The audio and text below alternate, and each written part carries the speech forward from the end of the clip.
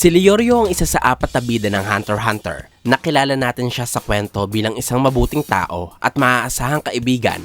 Pero kung ikukumpara natin siya sa iba pa nating bida, ang karakter lamang ni Leorio ang hindi pa masyadong na-explore ng kwento.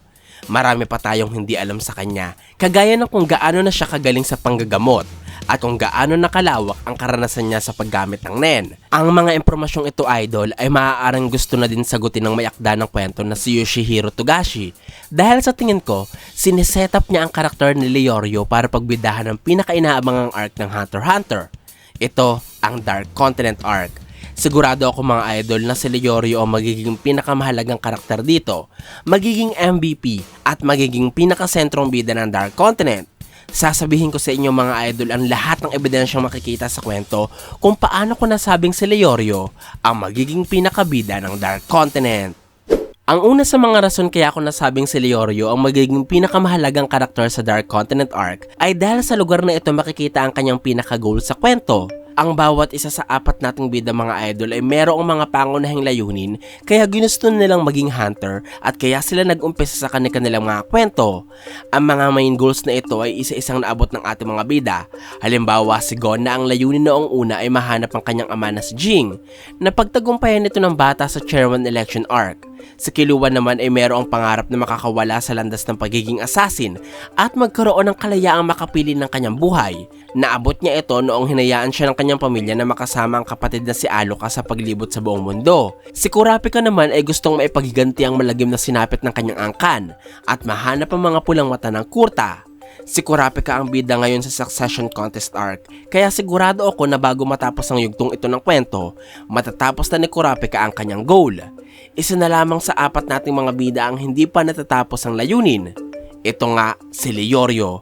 Kung ating babalikan, gusto ni Leorio na maging hunter upang may pangtusto siya o pangbayad sa medical school para maging doktor at makapagbigay ng libreng serbisyo sa mga mahihirap na taong walang pampagamot. Ang goal na ito ay sigurado akong maaabot ni Leorio sa Dark Continent arc sapagkat ang kayamanang kukuhain ng Hunter Association at ang iba pang kasama sa ekspedisyon ay ang Herb for All Illnesses o isang klase ng halamang matatagpuan lamang sa Dark Continent na may kakayahang maglunas sa lahat ng karamdaman sa mundo. Hindi nagkataon mga idol na ang pinaka-goal ni Leorio ay makapanggamot ng libre at ang goal ng Hunter Association ay makakuha ng Herb for All Illnesses.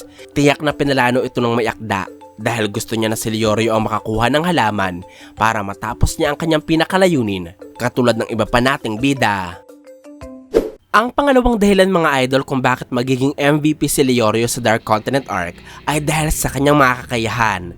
Ipinahiwatig sa chapter 359 ng Hunter x Hunter na ang rutang tatahakin ng bagong ekspedisyon ng tao patungo sa Dark Continent ay ang Hilagang Parte. Dito matatagpuan ang isang sinaunang syudad na nagtatago sa Herb for All Illnesses at pinoprotektahan ng mga Bryon, mga nilalang na tinatawag ng kwento bilang biological weapon. Ang mga biological weapons idol ay klase ng mga microorganisms katulad ng virus, bacteria, or fungi na kayang magdulot ng kamatayan sa mga tao o iba pang nilalang na may buhay. Ibig sabihin mga idol, kung ang Bryon ay isang biological weapon na pumapaslang sa pamamagitan ng virus, bacteria o fungi na kayang magbigay ng sakit sa ibang tao, malaki ang may tutulong ni Leorio sa pagsugpo sa mga ito. Bilang isang hunter na may malawak na kaalaman sa medisina, makakapanggamot si Leorio ng mga taong naapektuhan ng Bryon. Makakatulong din siya para makalikha ng panglunas na pangontra sa sakit na dulot ng nilalang. At maaaring makaisip din si Leorio ng mga panlaban para tuluyang tapusin ang Bryon bilang ang isa sa mga pangunahing trabaho ng doktor ay pahintuin o solusyonan ang mga pinagmumulan ng sakit at karamdaman. Bukod dito mga idol, malaki din ang bentahe ng remote punch ni Leorio sa paglaban sa mga Bryon. Ipinaliwanag ko sa inyo noon sa isa kong teorya na ang mga Bryon ay uri ng nilalang na may malaking pagkakahalin tulad sa mga cordyceps fungus. Isa itong klase ng fungi sa ating mundo na nagagawang sakupin ng katawan ng mga insekto o maliliit na hayop sa oras na malanghap na mga ito ang spores ng cordyceps. Ito ang rason kaya bilugan ng ulo ng Bryon, kapareho ng ulo ng cordyceps fungus at kung bakit may katawan sila na kapareho ng tao. Dahil nga dati silang mga tao na nasakop ng fungus na Bryon. Kung tama ang teorya ko na isang klase nga ng fungus ang biological weapon na ito, malaki ang kalamangan ng mga taong may emission abilities upang malayo ang pag-atake dahil hanggat nakadistansya sila sa Bryon, hindi nila malalanghap ang mga spores na ipapakalat nito at hindi sila mahahawa sa pagiging Bryon ng mga nilalang. Isa sa mga non-users na may kakayahang lumaban mula sa malayo ay si Leorio, gamit ang kanyang remote punch. Alam natin lahat mga idol na ang abilidad na ito ay naipapatama ni Leorio kahit nasa malayong distansya siya. May lakas ito na magpatilapo ng isang magaling na non-user na kagaya ni Jing Freaks, kaya tiyak na malaki ang maitutulong nito kung may papanglaban sa mga Bryon. Dagdag pa sa kaalaman ni Leorio sa medisina at sa lakas ng kanyang remote punch, malaki din ang maitutulong sa Dark Continent ng isa pang abilidad na pwedeng pagmayarian ni Leorio. Ito ang isang advanced application ng N na ipinakita sa atin ni Jing Freaks. Ayon sa chapter 347, si Jing ay may talentong kopyahin ng mga Nen abilities na tumatama sa kanyang katawan. Once na makopya niya ang abilidad, ma-analyze niya din ito para makagamit pa ng mga kakayahang konektado dito. Ito ang tumulong kay Jing mga idol kaya nakagamit siya ng isang klase ng N na umaasa sa palpation. Nabuo niya daw ang kakayahan matapos pag-aralan ng remote punch ni Leorio. Hindi pinaliwanag mga idol kung tinataglay na ni Leorio ang abilidad o pwede niya pa lamang itong magamit kung mas didiskubrihin niya pa ang remote punch. Pero kapag napamalas ni Leorio ang N na umaasa sa palpation, malaki ang magiging kontribusyon nito sa Dark Continent sapagkat ang sinaunang syudad na papasukan nila sa lugar ay napupuno ng labyrinth. Isang hawak lang ni Leorio sa sahig o pader at isang tapik lamang ng kanyang kamay, mararamdaman na niya agad ang kanyang paligid at makikita ang tamang daan na dapat nilang tahakin ng hindi nakakasalamuha ang mga Bryon o ang mga halimaw na nasa loob ng labyrinth. Ganyan kalaki ang pwedeng pakinabang ng mga kakayahan ni Leorio. Ang pangatlong dahilan mga idol kaya ko nasabing si Leorio ang magbibida sa Dark Continent Arc ay dahil sa mabilis na pagtaas ng kanyang posisyon bilang hunter. Noong chairman election mga idol, si Leorio ang kamuntikan ng tumalo kay Paris Tunhill sa pagiging chairman. Marami ang naantig sa kanyang pagmamahal kay Gon bilang kaibigan kaya madami ang nagkagusto sa kanya. Nagresulta sa kasikatan ni Leorio sa Hunter Association. Maliban dito mga idol, si Leorio din ang bagong humahawak sa pwesto ng Board ng 12 Zodiacs. Kinuha siya ng kasalukuyang chairman ng Hunter Association na si Chidel Yorkshire matapos magbitiw ang dating may hawak ng board na si Jing. Ayon kay Chidel, makakatulong ang kasikatan ni Leorio para pagkatiwalaan ng Hunters ang 12 Zodiacs at ang mismong Hunter Association. Nagpapakita ito ng malaking impluwensya ni Leorio sa organisasyon. Higit sa lahat, si Leorio din ang nagsisilbing apprentice ni Chidel sa Black Whale. Tinutulungan niya ang babaeng chairman at doktor sa pangangailangang medikal ng barko kaya maaaring mahasa din ni Chidel ang kakayahan ni Leorio sa medisina o maaaring umabot pa sa pagtuturo niya sa ating bida ng paggamit ng Nen sa pagpapagaling ng tao. Maraming posibilidad mga idol. Pero ang gusto ko lamang sabihin ay may kahulugan ng pagkakaroon ni Leorio ng malaking responsibilidad bilang hunter.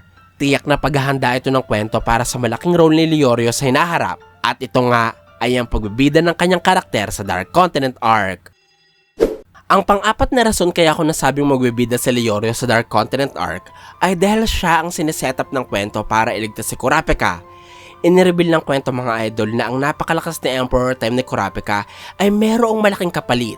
Ito nga ang pagbawas ng isang oras sa lifespan ni Kurapika sa bawat segundong gamit niya ang kanyang Emperor Time. Sa ngayon mga idol, gamit na gamit ng Hunter ang kanyang Nen ability para matulungan ang ika-14 na prinsesang si Wobble na mabuhay sa Succession Contest. Naging dahilan ito upang magamit niya ng 12 oras na dire-diretso ang Emperor Time. May katumbas itong 5 taon sa kanyang buhay. Ang masakla pa, wala pa sa kalagitnaan ng Succession Contest. Hindi pa din nakakalapit man lamang si Kurapika sa ika-4 na prinsipe para asikasuhin ang kanyang misyong kuhain ng mga pulang mata na nasa koleksyon nito. At hindi pa nakakasalamuhan ni Kurapika ang mortal niyang kalaban, ang Phantom Troop. Ang mga pangyayaring ito mga idol ay tiyak na magpupwersa kay Kurapikang gamitin muli ang kanyang Emperor Time at unti-unting isakripisyo ang kanyang buhay hanggang sa dumating na ang kanyang katawan sa sukdulan. Sa tingin ko mga idol, hindi agad mamamatay si Kurapika kapag natapos na niya ang lahat ng kanyang misyon gamit ng Emperor Time. Pero maaaring mapunta siya sa estado niya noon sa York New City Arc, kung saan nawalan siya ng malay, may mataas na lagnat at ilang araw na nagkasakit. Sa pagkakataong ito, kapag hindi siya nalunasan, mamamatay si Kurapika. Kapag nangyari ito mga idol, papasok na ang karakter ni Leorio para tulungan at subukang isalba ang nag-aagaw buhay niyang kaibigan. Kung inyong maalala, may mga kayamanan sa Dark Continent na sinasabing nagpapahaba ng buhay. Ito ang pinapaniwalaan ng mga hunters ng Beyond Expedition Team na ginamit ni Don Freaks kaya tumagal daw ang buhay nito ng 300 taon. Ang mga kayamanang ito idol ay ang Herb for All Illnesses na ipinaliwanag ko kanina. At ang Nitro Rice, ang bigas na kayang magpahaba ng buhay ng kahit na sinong kakain ito. Dahil nagkakaroon ng malalang karamdaman si Kurapika kapag ginagamit niya ang Emperor Time, pwede talaga makatulong ang herb for all illnesses. At dahil umiikli ang buhay ng hunter, dulot ng kondisyon ng kanyang abilidad, pwedeng madugtungan ito kung sakaling balakin din ng ekspedisyon na hanapin ang Nitro Rice.